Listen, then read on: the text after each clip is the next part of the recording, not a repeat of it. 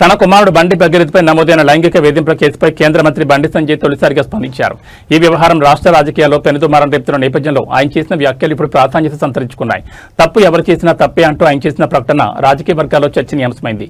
తన కుమారుడిపై వచ్చిన ఆరోపణల విషయంలో బండి సంజయ్ ఎక్కడా వెనక్కి తగ్గకుండా స్పష్టమైన వైఖరిని ప్రకటించారు. చట్టం ముందు అందరూ సమానమే, తప్పు ఎవరు చేసినా తప్పే, అది నా కొడుకైనా ఇంకొకరి కొడుకైనా సరే అని బండి సంజయ్ స్పష్టం చేశారు. బాధ్యులపై చట్టపరమైన చర్యలు తీసుకోవడంలో తనకు ఎలాంటి అభ్యంతరం లేదని ఆయన పేర్కొన్నారు. తప్పు చేసినట్లు నిర్ధారణ అయితే ఖచ్చితంగా శిక్ష పడాలని, ఈ విషయంలో పోలీసుల విచారణకు తమ కుటుంబం సహకరిస్తుందని తెలిపారు. అయితే అదే సమయంలో తన కుమారుని లక్ష్యంగా చేసుకుని రాజకీయ కుట్రలు జరుగుతున్నాయనే కోణాన్ని కూడా ఆయన ప్రస్తావించారు. ఏది ఏమైనా వాస్తవాల విచారణలో తేలాలని ఆయన కోరారు. న్యాయ వ్యవస్థపై మరియు చట్టంపై తమకు పూర్తి నమ్మకం ఉందని, విచారణలో నిజానిజాలు బయటకొస్తాయని బండి సంజయ్ ఆశాభావం వ్యక్తం చేశారు. కుమారుడు కేసుపై తండ్రిగా కంటే ఒక బాధ్యతాయుతమైన ప్రజాప్రతినిధిగా బండి సంజయ్ ఇచ్చిన ఈ స్టేట్మెంట్ ఇప్పుడు హాట్ టాపిక్ గా మారింది. మీరైనా కనుక్కున్నా, మీ ఇంట్లో పెద్ద కొడుకులకు ఉన్నానా, మీకోసం పనిచేసినా, మీరందరూ బాగుండాలని కోరుకున్నా,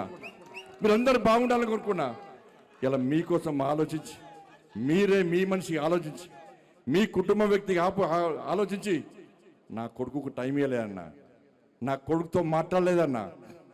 వాళ్ళు అదే నా కొడుకును ఒక క్రిమినల్ లెక్క సమాజంలో చూపెట్టే ప్రయత్నం చేస్తే ఒక తండ్రిగా ఎట్లా భరిస్తారో ఒక్కసారి ఆలోచించురన్నా.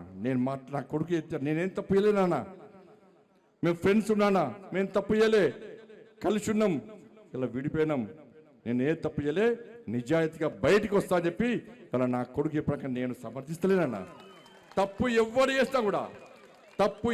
చేసినా కూడా నా కొడుకైనా సరే ఎవడైనా సరే చట్టం ముందు సమానులే.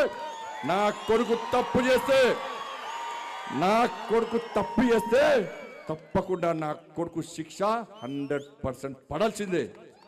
ఇలా నా కొడుకు ఒక రకమైన చట్టం, ఇంకో వ్యక్తికి ఇంకో రకమైన చట్టం ఉండాలని కోరుకునే వ్యక్తి బండి సంజయ్ గారు. సమాజంలో చట్టం ఎవరికి చుట్టం కాదు, సమాజంలో చట్టం అందరికీ సమానమైన విషయాన్ని ఇవాళ నేను స్పష్టం చేస్తున్నానా. ఇవాళ నేను ఎట్లా వెళ్ళినో, నేను ఏ దారిలో వెళ్ళినో అదే